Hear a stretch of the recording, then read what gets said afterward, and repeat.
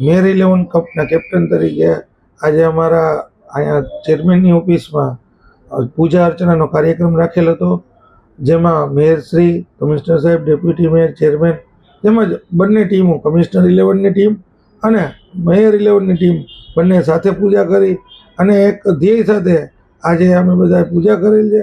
આગામી 6 તારીખથી ભાવનગર ખાતે જે ઇન્ટર મેયર કપની આયોજન છે, જે આખા ગુજરાતની બધી મહાનગરપાલિકાઓ ક્રિકેટ ટુર્નામેન્ટમાં ભાગ લેવા જઈ રહી છે, ત્યાં જવા રવાના થવાના છીએ અને આ ટીમ જેમ સતત જીતે છે તેઓ તે પોતે પોતાનું રિપીટ કરશે એવી આશા સાથે વિરમું છું. અસ્તુ ભારત માતા કી. અત્યાર સુધીમાં 15 ટુર્નામેન્ટ રમાણી છે, તેમાંથી આપણે 6 કપ જીત્યા છીએ અને પહેલા નંબરે છીએ.